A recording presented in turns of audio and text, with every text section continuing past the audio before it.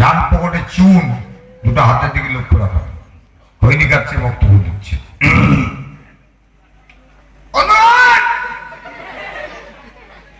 এতক্ষণ আপনাদের সামনে যে চিৎকার করলাম বুঝতে পেরেছেন? বুঝবেন কি করে? আজকের দেশটার দিকে তাকিয়ে দেখুন, এক শ্রেণীর মানুষ আপনাদের হাতের মুঠোয় রাখতে চায়।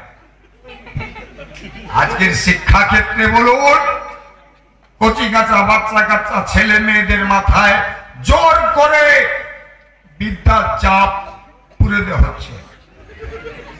এর ফলে কি হচ্ছে?